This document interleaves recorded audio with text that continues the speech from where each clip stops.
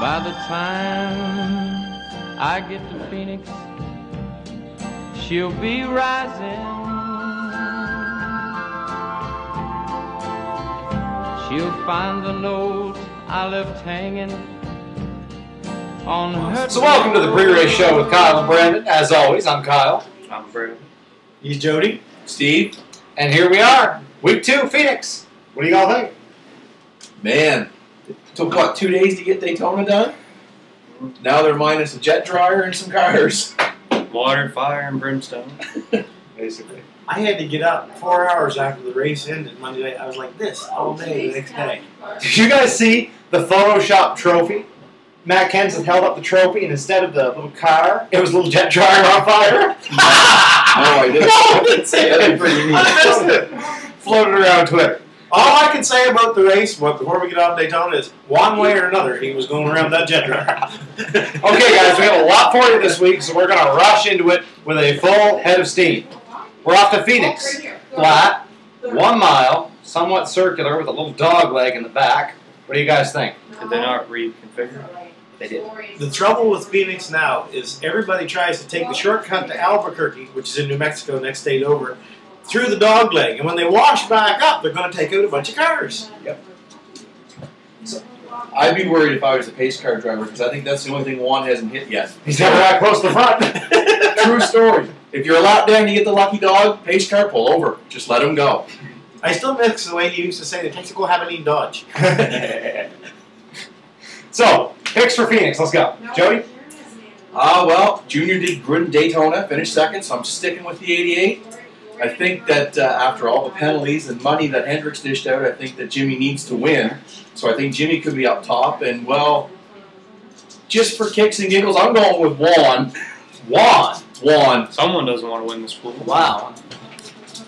Oh. Yeah, okay. Steve? Well, when I had to think about we have to pick one driver out of the chase the way that our show works, I don't know. It's hard to fight Carl Edwards because, like, he came out of nowhere to get a top 10 again last week. I'm going to go with Carl. I'm going to go with a couple of guys that had a lousy night, sort of. I'm going to go with Harvick, my least favorite driver in all of NASCAR, perhaps any sports. And I'm also going to go with Jimmy Johnson because every time he gets kicked, he seems to jump back up in spite of, well, I'll get into that segment in a minute. He's got nowhere to go. Brandon, true story. Well, first of all, I'm going with Carl Edwards. He's always good at Phoenix. I'm going to go with the 14 because after last year, he's proven he can win anywhere. And then I'm going to go with Jeff Gordon because, well, he rumbled and tumbled through Daytona, but I think he'll do all right at the short track. Well, I'm going with the 17. Last time Matt Kenseth won the Daytona 500, he won the next race. It was in Fontana last time, but we'll go with him. True story. Jimmy, he needs to kind of make some money back here. What have you done for me lately, Mr. Johnson? And the only guy who's won on the new configuration of Phoenix, Casey Kane. Steve, I believe you requested a segment? Yes, tonight I wanted to bring into focus, like, if we do this is a one-shot deal. But what I wanted tonight was to share how I feel about a crew chief who's been awesome in NASCAR, and we're just going to go into this segment, and we're going to introduce you to Mr. Chad Knapp.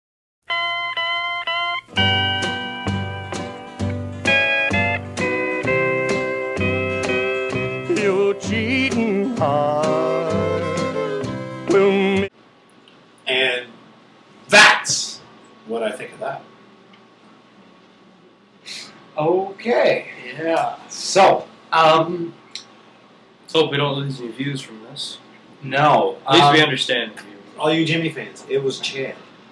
So, Brandon, why don't you try to redeem us with the towel this week? Well, usually most weeks I struggle to find a candidate for the grind towel. But this week, it was like a blessing. We had Danica Patrick wreck every car she drove.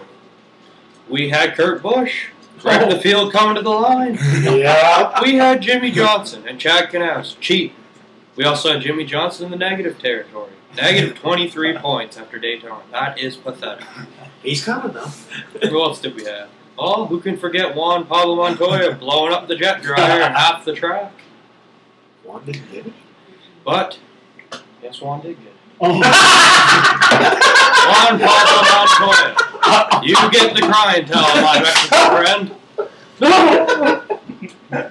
was under caution. I saw the jet dryer and thought it was Kevin. I went up to put on the wall and kaboom! Kaboom! I blew up the track. I had the lawnmower in the back seat. That's one, too. One Papa Montoya, this towel is the same color as the card you have lost.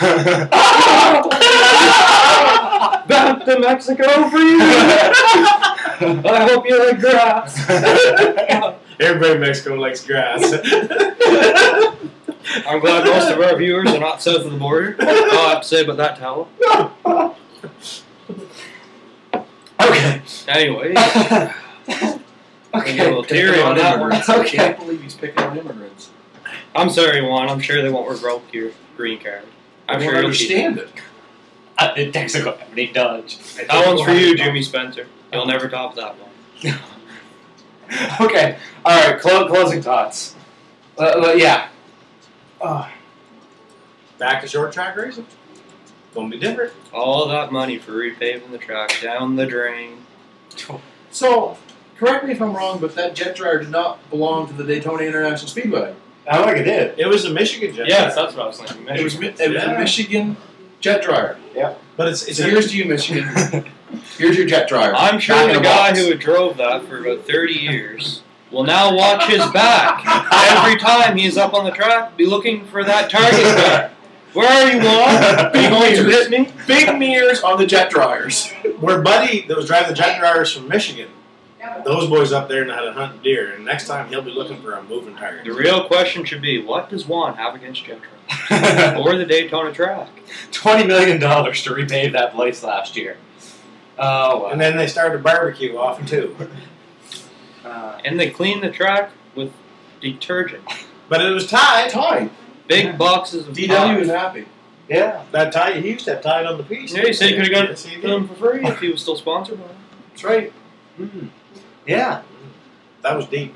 Well, yeah, not terribly wide.